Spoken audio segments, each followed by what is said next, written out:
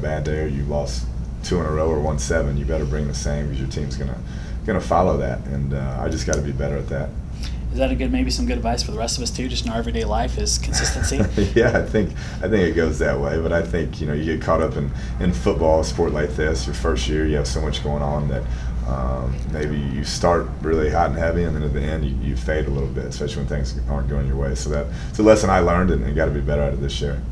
Last year was a roller coaster. I mean, the 7-game winning streak, and then bam, 5 down, and then a Holiday Bowl erases a bunch of stuff real fast.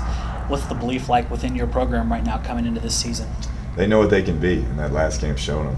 To knock all the top 15 teams, especially after all the adversity, was impressive, and they learned from it. And they see how good they can be now. Instead of guessing how good they can be, they actually know. I was talking to Davis Webb earlier, and there's been a lot said about him over the course of the summer and his progression. He's bigger. He's all George Whitfield tweeting about him. How big is that transition? You've been through it from a freshman to a sophomore year, and now feeling like your feet are kind of set a little bit. Yeah, it's huge, especially for the way it all went down with not being named the starter and battling back and dealing with all the things as a true freshman. Was thrown in the fire and grew from it and came out stronger. And so we expect him to continue to grow, continue to improve, but I expect great things from him this year. Are we freaking out too much about the quarterback depth and worrying about what's behind him? Yeah, I mean, last year we played with 2 true freshmen. If he were to get hurt, we'd play with another one. And so I think it's just about the rest of the team stepping up and being good and making plays, because it's hard to be a true freshman and win games anywhere. So the rest of your team better be pretty good. You prefer to see Patrick chill for a year and not have to get him into it? That'd be good if we could just kind of spot play him and get him some time. But if he's got to go in, we'll find ways to make it happen. I know you guys lost Jason Marr and Eric Ward, but when you look at this receiving group across the front, they look faster and deeper, in my opinion. I mean, what are you guys seeing with this group that's going to give you maybe a different dynamic than what you had last year? Yeah, you don't replace production like those 2 guys have, but we will be a faster group overall. We'll be young. We'll have to have some growing pains, but you get a guy like Jakeem and Brad who can help lead those younger guys outside, and we're excited about you. Those young guys, they're antsy to show what they can do. There's a lot of change coming in NCAA football, and on the immediate front, we're now to a 14 playoff. Is that a step in the right direction, and do we need to see that expand into the future? I like it. I think it's great for the game. You'll have an angry 5th place team instead of an angry 3rd place team. So I think if you got to 8 teams, it'd probably be even better. But for the time being, it's a better answer, I think, than it was, and so that's all you can do is continue to improve. A lot's being made about the role of an NCAA student-athlete and where they stand and the money in these programs, and going to look like there's going to be a reorganization of some of the top 5 power conferences. Do you feel like these kids are getting a fair shake as a Division I athlete? I do, having been one.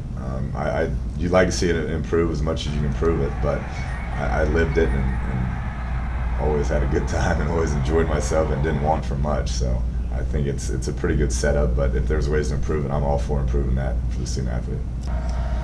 The defense lost some people, as every team does every year and goes through the cycle. As fans and media, are we freaking out too much over defensive concerns? Yeah, I would say so. I think some of the bodies we brought in, people are going to really be pleased with, and some of these young guys we brought in, people are going to be pleased with. And so we lost some good players on the side of the ball, but we feel like we brought in a bunch of good ones as well. Jared Castro said right off the bat, he said you have no idea how good the defensive line is going to be. He said they're huge. What have you guys seen, and what do you think you have coming in that's going to be an instantaneous change there? Bigger bodies, first and foremost, and just from the summer, there's been a great work ethic. You never know how that's going to go, trying to make that transition from junior college football to Division I football, but they've worked hard at it, and you can tell they want to be good, and so I expect that group to be improved. You guys have sold season tickets out. You arguably have one of the best home schedules in probably a decade, and it seems like the brand, the Double T, it's getting out there more, you're seeing it more. Your face has helped that quite a bit, but also the success on the field, and the recruiting has done that as well. And they've been through some rough patches here with Coach Leach's dismissal and Coach Tuberville's abbreviated stay. Do you guys feel like right now that maybe the Tech Nation as a whole is kind of turning the corner and going in the direction that you guys envisioned? I hope so. Winning will do that. We didn't win as many as we would like last year, and we're aiming to do that this year. And I think you saw what Coach Tadlock did with the baseball team, and he proved it. You can get it done on a national level, and he did it in a short amount of time as well. So we're trying to find that same mold and just keep it growing. But the energy, the excitement's been incredible. Do you feel like the kids within the program are buying into what you guys are trying to get them to do? They are. That first year is a little tough because they didn't sign up to play for us. But I think with the success of that bowl game and the way we ended, the trust factor is there now, and they know how good we can be. How big was that bowl win, Coach? I mean, every one of them has spoken here about the confidence boost that Arizona State win gave them. It was incredible because there for about 7 weeks we thought we were pretty good, and then confidence was shaken and pretty much gone. I think by that last ball game, and so to build it back up to a month of hard practices and then believing in what we were doing and come out and put on a show like that, now they know what they are and how good they can be. On a personal note, how do you bounce sometimes maybe getting tired of the attention on you and things get out on the internet and everyone's watching what you're doing? Does that get frustrating at times, and how have you maybe tried to bounce that out to keep it more about what you said you want about, which is the kids on the field?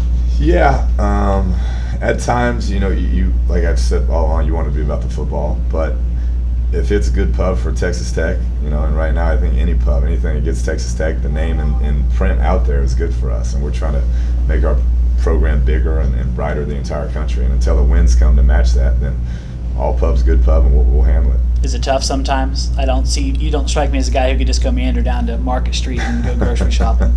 Yeah, I got to pick my spots and pick the right time of the day to do that, but it's all good. Everybody in West Texas has been so supportive, and it's just a great time.